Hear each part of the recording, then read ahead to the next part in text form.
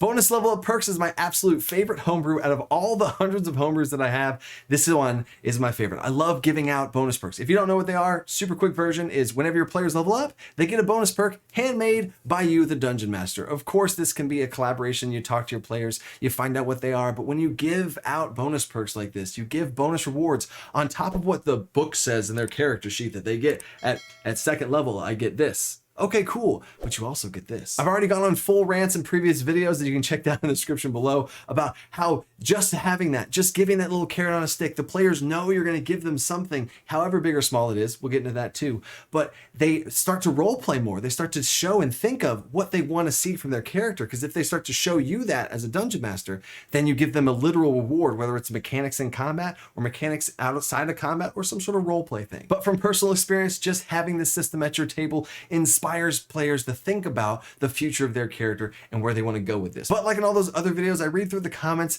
and see what you guys want to see about these bonus perks, because it's a system that I created that I use at my table all the time, and I want to give you guys the tools. And the bonus level up perks are my patrons' absolutely favorite thing that I've done, which is why I did volume 2. Timeout. I'm about to completely overhaul my Patreon completely. Check out the video link down in the description. Speaking of Patreon, during the month of August and September, I am releasing volume 2 of my bonus level up perks PDF. There are over 200 different bonus perks. To give examples, sparks of inspiration, there are social roleplay bonus perks that have nothing to do with combat that you can reward players for how they're playing their character, like roleplay wise. And I have 3 different perks for every single class, including my Scion class. It's another homebrew class that I created. And I have every single one of the 111 subclasses in Dungeons & Dragons 5th edition, plus the 7 subclasses from the Scion class.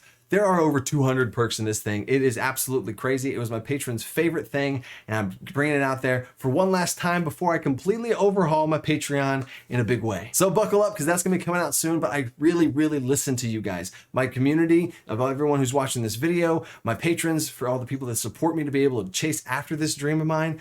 I listen to you guys so much, and I wanna give you guys the best stuff for your table, and I have to listen to you guys to know what that is. But with this Kickstarter that just launched so successfully, I have a lot of work to do now to finish writing this whole entire book, but that's a whole nother thing. That combined with my patrons are literally what is getting me closer and closer to being able to do this full time, and I cannot thank you more. Okay, back to the perks. We're gonna talk about roleplay perks. I'm gonna give you some real examples from that PDF so you can kind of see what these are and what I'm even talking about here. Then I'm gonna give actual real examples of my patrons gave me character ideas of what their character were, like a 2-sentence vision of their character. And I'm going to give you what kind of bonus level up perk I would give to that specific character. And then I'll rant at the end about some different things and solutions to some problems about questions you guys asked. So here we go. For roleplay perks, I already talked about this a little bit in the reaction video I did to Taking 20's 6th edition thing, where he talked about having sometimes features that you want to take a feat, like you hit level 4 and you get an ability score increase, you want to take a feat. It feels bad sometimes to pick the role play option of actor or something when you could have chosen some other much more powerful feat that helps you in combat, and you feel it more often than the very rare occurrences of when you'd get this. Because realistically, all these role play perks probably don't happen all the time to where every single session they're occurring, just like they could in combat. First one up here is combat drills. I want you to think about what kind of character you would give this bonus level up perk to. Basically, you spend 1 hour assessing things. You assess how someone's fighting, some sort of combat, defense, offense type of situation. You're analyzing a city's defenses, analyzing someone's fighting style, a group army's fighting style. Imagine the character standing on top of the balcony as they watch all the different people fight. You're able to grant insight in the short and long term for possible solutions. Boom, and that's it. There's not a heavy amount of mechanics here, and there's nothing having to do in combat. It'd be interesting to see if they role play this in combat to try and analyze their opponent or something. Maybe I'd give them a roll for that to gain some sort of insight on them. That'd be creative. I see this perk being stereotypically given to a battle master fighter, someone who's a tactician of the battlefield. And maybe because this player has this perk, there's something in the story that leads them to some sort of city that's going to be under attack soon. And this player has their moment to shine because you gave them this little cool perk, and you're able to now, as a dungeon master, go a lot farther and really run with it of what this player is able to gain insight wise. And maybe the city's now much better off because of it. Next up is just a passerby. Your stealth checks have advantage when you're in a crowd that you can blend in with. Could this be used tactically mid-combat? Probably not, unless you're fighting amongst a street with merchants running all over the place and you get to try and blend it. This seems like a little chaotic, but that sounds kind of fun. This is a very specific type of stealth, not just blanket advantage over everything. You have to be a part of a crowd. That's a much different type of sneak around person blending into a crowd than it would be sneaking into somewhere and gaining advantage on that type of stealth by yourself. Me personally, I would just give them to my players when they level up, or maybe as a part of downtime. Maybe that person spent the entire downtime earlier, the one about the military and stuff, they spent their entire downtime training and working with the military. Maybe they learned a bunch of stuff and there's their perk. Anyway, the third one up here is the mentor perk, where you can spend 1 minute with an ally teaching them something, some sort of skill that you are proficient with. And then they get advantage on the next roll they make of that skill, but you can only do this in your intelligence modifier a number of times. Or else then you just constantly be spending a minute and spending a minute and spending a minute over and over again. But I think this is really cool and leads to some possible roleplay opportunities of somebody who's really good at acrobatics roleplay teaching to somebody else in the party who's not very good at acrobatics, and they would get advantage on their next roll. And another thing I literally just thought about while filming this video is maybe this is something you give as a campaign bonus level up perk, where you give this perk to literally the entire party. They've spent long enough time, they hit level 6 or something, and they've worked together so much, and they're such a cohesive unit that they're able to teach each other these things, and they can learn from each other. So they themselves don't just get proficiency in acrobatics or whatever other skills that you're teaching these people, but maybe they get a little advantage and they work better together. Next piece up for these bonus perks are combo perks. So a lot of times people are worried about their players getting too strong and the perks you give them, they're too powerful. But one thing you can do to balance this or keep this in check is give bonus level up perks to groups of people. Maybe there's a pair of people that work better together if they both do this. One of them sets up something and the other one finishes it off. Here's something again that just literally popped in my head. You could give a bonus level up perk to a pair of players, player 1, player 2. When player 1 lands a hit on a certain creature, player 2, if they land a follow-up hit that same round, they get a bonus D4 in damage. So is that more powerful than what they would have been? Yes. By 1d4, it's more powerful. But it takes a trigger. It takes some sort of thing and a condition that they have to do before they're able to get that 1d4. And now you're tricking your min-maxer players to playing optimally by playing with each other in a team in a combo way. And ultimately, this is just an awesome thing to reward in the first place. And if you give a bonus level up perk that's shared between them, that also can slow down the power creep of if you're giving out too many things. But again, you should just stop giving them combat power perks and give them more roleplay perks like we just talked about. Another cool little bonus tip here about that is during downtime, I've had these little options before where I really want to give them a combo bonus perk because I haven't in a little bit or something, and I'll ask them during downtime for them to pair up with each other. Let's say if 4 players, I'm like, I want y'all to pair up in groups of 2s and like have some sort of sparring or something like that. Who would y'all pair up with? You know, keep yourselves fresh and stuff. And then after they say that, I usually do this at the end of a session. Whenever a downtime or whenever there's a session that ends at a downtime, I ask them this question, I write down the 2 pairings, and then I go and I think about what cool little things I could give them, however big or small. And as a side point, I gotta say it in this video, I know I probably mentioned it before, but whenever I give bonus level up perks, I don't announce it at the table. I talk to that player one-on-one in between sessions, and I tell them what their new cool thing they can do. They write down the notes of it, put it on their character sheet, whatever they need to do, and then they get to reveal it to the group in a big grand way. Especially these combo perks. Love it. Now for some real examples that I pulled from my patrons. I sent out a big poll and some of them commented on it, and I picked the ones that I want to use for this video. Here's just a little bit, but this is really what I would give these players as an example. Maybe you think of something else. Comment down below what cool bonus perks you would give these characters, and that could be a cool different direction to run in it, because that's the whole point of this, is open creativity to be able to give whatever. And another disclaimer, I am not the dungeon master of these players. I don't know if they're overpowered right now or underpowered right now, and you might give more or less to different players based on whatever type of pulse check you have of where they're at. I Am Become Jeff has a level 6 Circle of the Stars Homebrew Druid. But that's the great part. I don't even need to know anything about this class really to be able to give them a bonus perk. It's just that simple.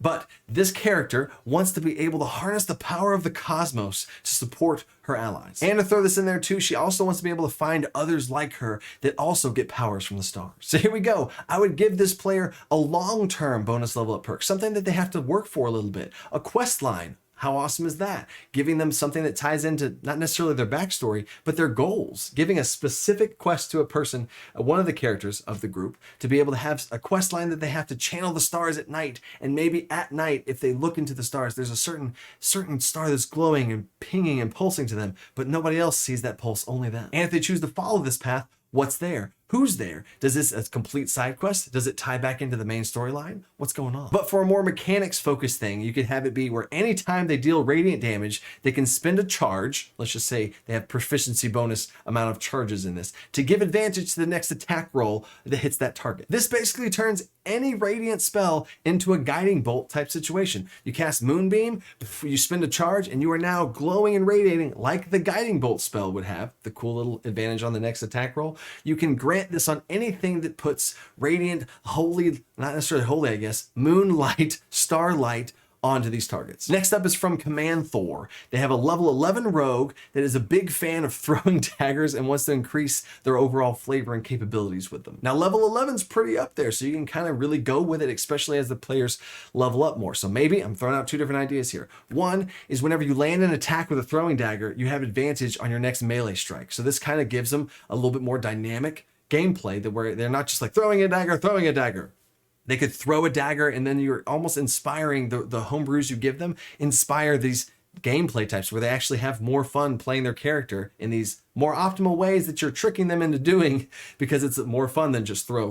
So now they get to throw a dagger and run up and stab. Now I know rogues don't get a whole bunch of attacks, so you might have to separate this out between different turns. So you make a throwing attack with one weapon and then you stab them on the next turn. Or another thing is you can make them really feel like throwing. And here's what I mean by that. I don't know if you've ever been to those axe throwing places that are popping up now, where you stand in a certain spot and you have the axe and you throw it a certain way. It has to make a certain amount of revolutions to be able to get there and hit the book. And if you stand further away, it now changes all of that. So I don't want to get into the science of throwing weapons, but a certain distance you would practice at how much the rotation is and all that kind of stuff. So again, here's the homebrew, is attacks made at exactly 30 feet of distance. That's the sweet spot of distance that they've practiced at. They understand the flick of the wrist, how much rotation has to happen for the distance that they have. So attacks made at exactly 30-foot distance, you get to add your proficiency bonus in damage to. That might feel like throwing. It doesn't force them to have to play this way, but now they're having to position themselves to stay 30 feet away, so they're in that sweet spot. Next up, Sky the Lion has a level 6